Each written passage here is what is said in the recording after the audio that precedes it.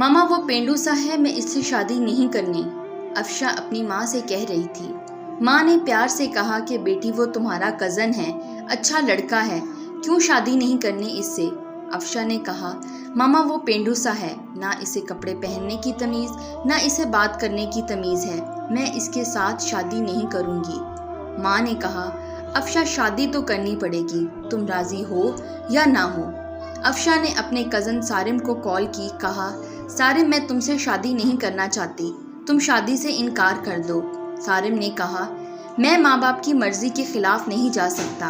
अफशा ने कहा मैं तुम्हारे साथ ज़िंदगी भर नहीं रह सकती। सारिम ने कहा तुम खुद इनकार कर दो, मैं तो कुछ ना कहने वाला।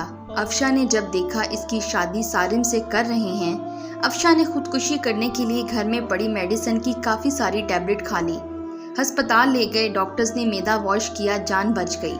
अफशा ने अपनी माँ के सामने हाथ जोड़े, मामा मुझ पर रहम करो, मैं इस जाहिल इंसान के साथ नहीं रह सकती, वो भी गांव में। माँ ने कहा बेटी सोच लो, हम सब जानते हैं कि वो सारिम बहुत अच्छा लड़का है, क्या हुआ कि वो इतना पढ़ा लिखा नहीं है, वो गांव में रहता है, तो लड़का तो वो अच्छा है। अफशा के ना चाहते हुए भी अफशा की शादी सारिम से करवा दी। अफशा ने बस समझ लिया कि ज़िंदगी बर्बाद हो गई, सारे ख्वाब ख़त्म हो गए, सब खुशियाँ जला दी गई हैं, सब कुछ एक जाहिल इंसान के हवाले हो गया। पहली रात थी।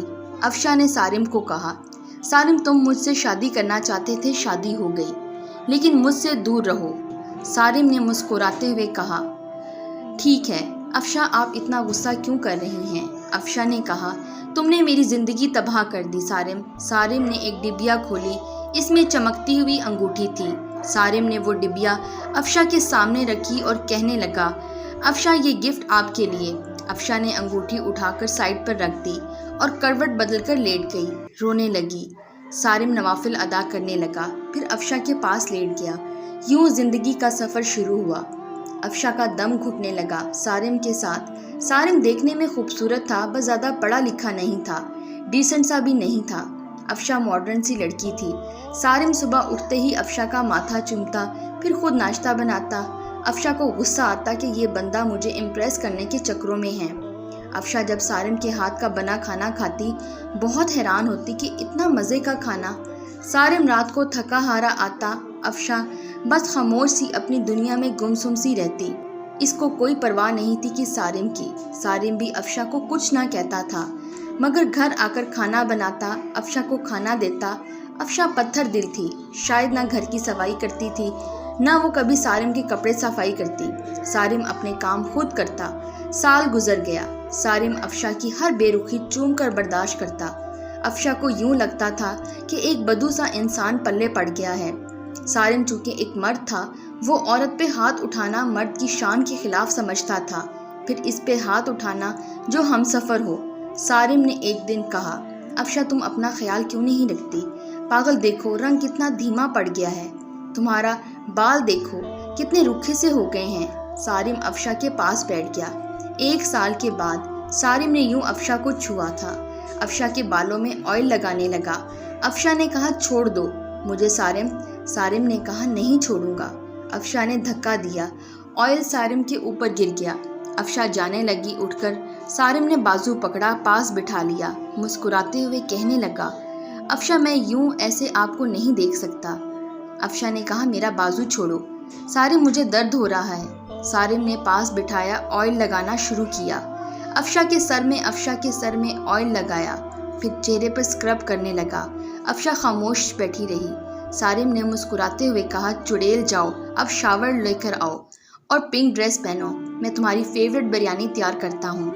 अफशा हैरान थी कि इतनी बेरुखी पे भी इतना प्यार करता है सारिम। अफशा शावर लेकर आई, आज चेहरे पे अजीब सी चमक थी।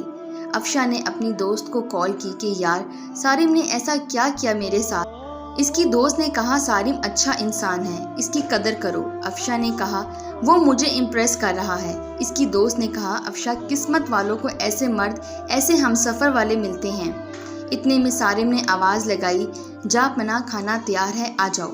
अफशा मुस्कुराने लगी। आज बिरयानी से मज़े की खुशबू आ रही थी। अफशा ने खाना शुरू किया। इतने मज़े की बिरयानी इसका दिल चाहा تعریف کرے سارم کی، لیکن خاموش رہی۔ کھانا کھایا، کمرے میں سونے چلی گئی۔ سارم نے برتن اٹھائے، واش کرنے لگا، برتن واش کیے، سارا دن کا تھکا ہارا بیڈ پر پڑا سو گیا۔ صبح اٹھا، افشا کو اٹھایا، کہا افشا میری جان ناشتہ تیار کر دیا ہے، کر لینا، میں جا رہا ہوں، اور ہاں آج تمہارے لیے گفٹ لے کر آؤں گا۔ رات کو سارم گھر آیا، ہاتھ میں ایک گلاب کا پھول تھا۔ افشا کرسی پہ بیٹھی ہوئی تھی۔ گارڈن میں ہلکی سی ہوا چل رہی تھی، شام کا وقت تھا، ہلکی سی روشنی تھی۔ سارم گھٹنے کو بل بیٹھ گیا، گلاب کا پھول افشا کو دیا، مسکراتے ہوئے کہنے لگا ہیپی برتھ ڈے افشا۔ افشا نے کہا تم کو کیسے یاد میرا آج برتھ ڈے ہے؟ سارم نے کہا ہم سفر ہوں آپ کا۔ افشا پیپرز نکالے، ایک لفافے سے کہا۔ افشا کا ہاتھ پکڑ کر کہنے لگا افشا جانتی ہو یہ پیپرز کس چیز کے ہیں؟ افشا کا دل دھڑکنے لگا۔ کیا ہے یہ سارم؟ سارم نے کہا یہ ہم دونوں کی خوشی ہے۔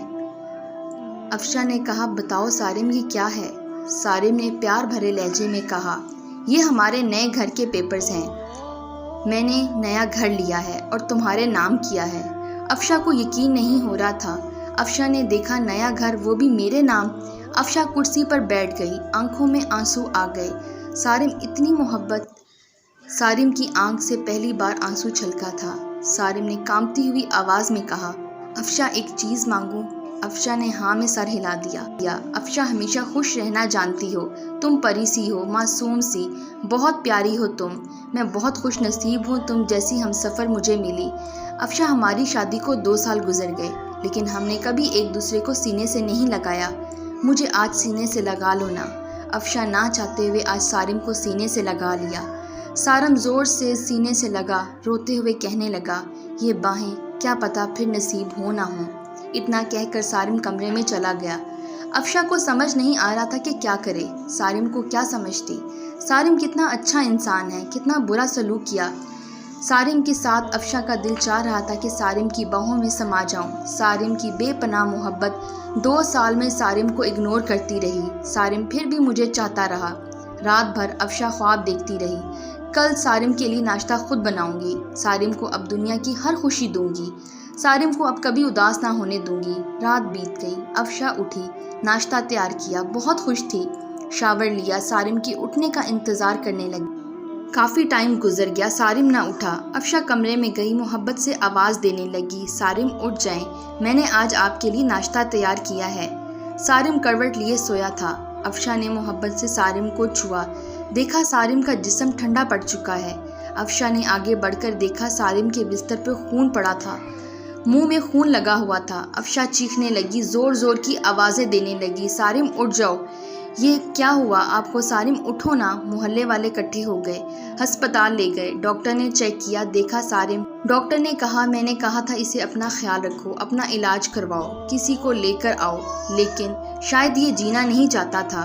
افشا نے روتے ہوئے کہا کیا تھا سارم کو؟ ڈاکٹر نے ایک آہ بھری اور کہنے لگا سارم کو پچھلے 1.5 سال سے بلڈ کینسر تھا، شاید اس کا خیال رکھنے والا کوئی نہیں تھا۔ مجھے اکثر کہتا تھا ڈاکٹر صاحب میں کس کے لیے جیوں، کوئی ہے ہی نہیں جو مجھے اپنا کہہ سکے، میرا گھر، میرا انتظار کرنے والا کوئی نہیں ہے جو مجھے محبت سے پوچھے دن کیسا گزرا، کوئی نہیں ہے جو مجھے کہے آپ تھک گئے ہیں چلو سر دبا دو۔ رات کو کمرے میں اکیلا درد سے تڑپتا ہوں، لیکن کوئی نہیں ہے جو میرا درد سمجھے۔ افشا زمین پر گر گئی۔ سارم یہ کیا کر دیا تم نے؟ سارم مجھے معاف کر دو، سارم میں پاگل ہو گئی تھی، سارم نہ جاؤ مجھے چھوڑ کر، سارم میں مر جاؤں گی، سارم تمہارے بنا۔ سارم کی لاش سامنے پڑی تھی، جو زندگی میں افشا کی محبت کو ترستا رہا۔ افشا سارم کے چہرے کو ہاتھ میں لیے چیخ چیخ کر رو رہی تھی، لیکن شاید کہ اب محبت کا وقت ختم ہو چکا تھا۔ سارم ہمیشہ کے لیے آزاد کر گیا تھا افشا کو۔ فارس تو بس اتنا کہتا ہے کسی کی جذبات سے مت کھیلو، کسی کو اتنا نہ ستاؤ کہ وہ مر جائے۔ اپنے ہم سفر کو سینے سے لگا کر ایک دوسرے کو گالی دینے کی بجائے ایک دوسرے کو چوم لو۔ انا میں محبت کے لمحوں کو نہ جلا دینا، چھوٹی سی زندگی ہے، نہ جانے کب بچھڑ جائیں۔ جب موت آ گھیرے محبت بانٹتے رہو، کسی کے مرنے کے بعد پچھتاوے سے اچھا ہے کسی کو زندگی میں ہی سینے سے لگا لو۔